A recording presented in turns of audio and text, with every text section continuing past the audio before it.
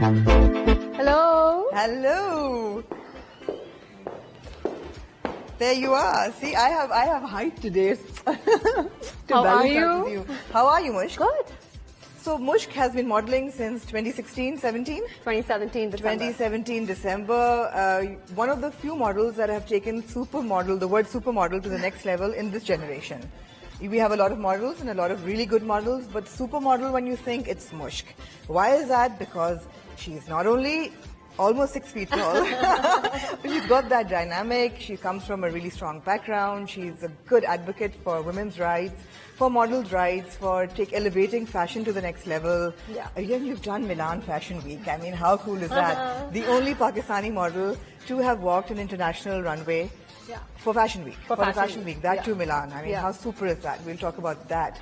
But, Mushk, you've also been an advocate for dusky skin and tolerance and acceptance for darker skins. Yeah. Even built the way you are, you've spoken about body consciousness and dysmorphia and image problems, you know. So we'll talk about that. And also a lot of fun stuff. Mushk is going to tell us how to walk if you're dressed in a formal outfit for a formal occasion, and also how to just step out for a casual brunch. Yeah. So lots coming up in this episode. We're going to walk around and talk to Mushk as we go. Let's start. And this is the height difference we have. I mean, yeah, right? Yeah. Absolutely. How fabulous is that? Has that ever been a problem, your height? So I was bullied all my life in school, in college. My mother always told me I would never find somebody my height. Needless to say, my husband is shorter than me. He is, right? But kudos to him that I assume he has no problem with He it. loves it when I wear heels. I mean, if I don't step out in heels, it's a problem. It's a problem. Yeah. So you are almost 6 feet without heels, or heels pehn ke to you're well over 6 feet. Yeah.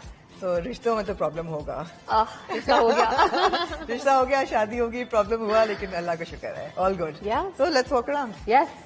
So tell me, what is the life in a day of Mushk Kaleem these days? A day in the life of Mushk Kaleem is an extremely busy day. It starts at 7. I walk my dogs, pack my orders for my candles, and if I have a shoot, I leave at 8 and I'm not back home before 10 p.m. So it's a long, long day. Is that a problem at all now that you're married? No, so luckily my husband really enjoys the fact that I'm a model and I have very supportive in-laws. So modeling and staying out late has never been a problem, especially when I make the kind of money I do. Tell me, Mushk, how important is the financial independence that comes with modeling? To be honest, I have always had part-time jobs. I've been working ever since I was 17, and I cannot tell you enough how important it is to make your own money. Even if you're married to a rich man, be a rich man. There's a difference between the work schedule pre-COVID and post-COVID. You've really cut back on the campaigns that you're doing. Is that a conscious effort, or has it just happened?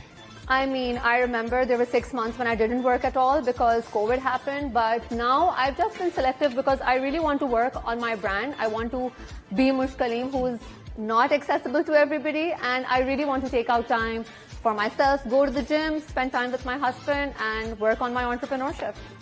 Is there a certain campaign that you can identify as your favorite in Everybody Pakistan? knows my favorite campaign. It's the Elan campaign, and I went to Kenya for it. Is there any one brand that you vowed never to work with? So, I mean, there is one Lahori brand that I spoke up about that made me super, super white and even talked about it on set in front of me.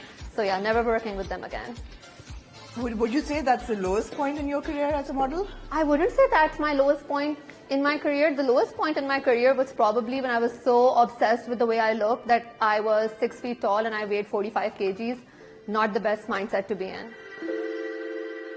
So Mushk, what's so great about working for Elan? I mean, you're muse for the brand, but why?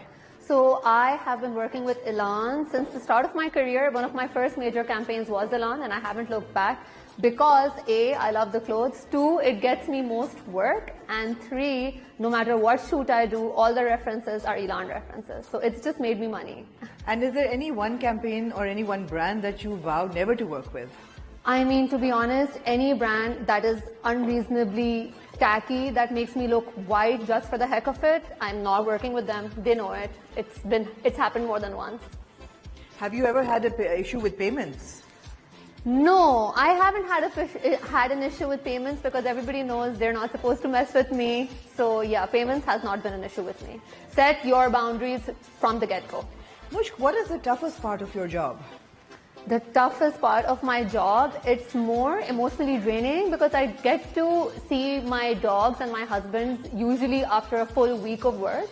And it's also just staying away from family. So yeah. And what's the best part of the job? The fancy clothes. And definitely all the nice pictures. And seeing yourself on a billboard is never going to get old. And now you're doing campaigns for brands as well, and you're doing a lot of commercials. Yeah. How has that switch been for you? So I'm enjoying the commercial side of my work, to be honest, and it's always nice to be the face of a brand like Pantene. And well, it's different. I'm getting used to it, but let's see. I might still want to do it in the future. Mushk, so you're born with extraordinary genes and you're fabulous to begin with. But you know, you've still spoken about body dysmorphia and body positivity and issues you've had with yourself. When did that happen and how did you deal with it? I mean, I feel like when I came to the industry, it was all so new to me and there was this skinny girl favoritism going on. And I just wanted to get skinnier and skinnier. No matter what weight I was, I just wanted to lose weight. And it got so bad that I had to actually actively seek therapy for it. But I'm doing well now. I'm at the gym and I love the way I am right now. So for everybody who thinks that they need to lose weight to the point of no return, don't do it. I've been there. Don't do it. So what do you eat in a normal day?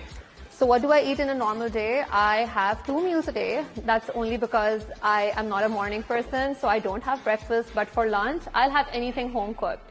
And for dinner, I'll have chicken because you need to be careful about what you put in your body. What about the gymming?